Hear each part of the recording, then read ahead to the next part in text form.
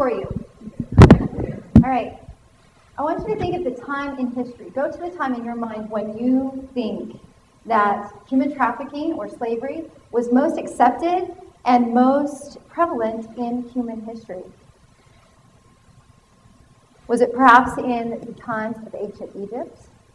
Or maybe in the 1860s when our country fought a bloody civil war over the question of one human's right to liberty or not. And I am here to tell you today that there are more slaves worldwide than any other time in the history of human. It is estimated that between 12 and 27 million slaves exist in the world today, and half of those are in the sex trade. Why would I know this? And it is because I've done my homework, because I was once owned too. At age 19, I was forced into a polygamous marriage to a man that was 85 years old in the Rulon Jeffs family. I was raised to believe that a woman's whole worth and her glory was to become a mother and raise children and be absolutely obedient to her assigned husband. My father sold my innocence, my virtue, for salvation, status, and power. When my husband died at age 92,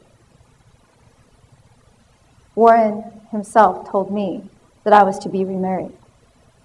And after all of 7 years of repeated sexual violation in the name of God, not ever knowing that I had the right to own my body and I had the right to look at that man and say, no, you will not touch me. No one ever told me that. So when I was facing being married again, all I could think of is, if this is heaven, give me hell. Rulon Jeffs himself pointed at me and he said, I will break you, and I will train you to be a good wife.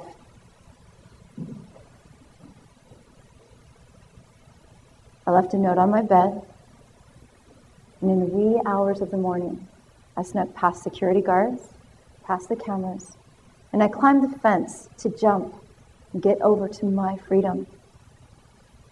I left the state and found myself in a strange new world that I had once thought that I was part of, that I had freedom because I grew up in America.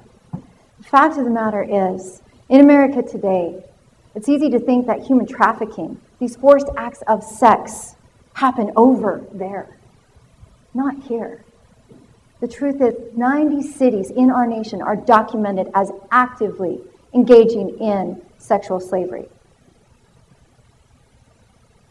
I am here to be a voice for the voiceless, to be a face for the faceless. Because law alone will not abolish this. I have testified over 20 times in behalf of women and children to save them from the fate that I had suffered. But right now, in this very moment, there's a girl from the place that I came from being violated. Law alone is not enough.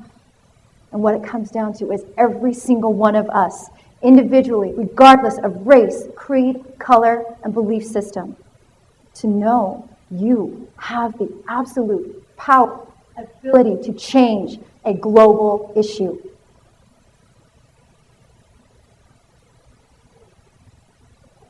When you see that girl on the street corner, rather than stepping into shame and casting it on her, what if instead you stepped into compassion? Because I'm telling you, any girl who's ever been drugged, who's ever been beaten and chained to a bed, she is someone's sister. She is someone's friend. She is someone's daughter. No matter what veil you hide it under, it is sexual slavery, whether it is in the name of God and salvation, whether it is in the name of greed. It is happening. And I am here to tell you that by changing the way that we view this issue, you have the absolute ability to shine the light and let them know that there are options, and violation does not have to be one of them. I invite you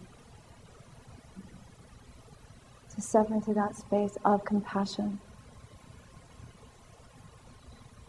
and let my story be evidence of the power of that, because it was the people, the handful of people that gifted that to me, just a little bit of compassion, that helped me lift myself from self-hatred and such intense shame and guilt to be able to stand here empowered, knowing that I have the ability to choose.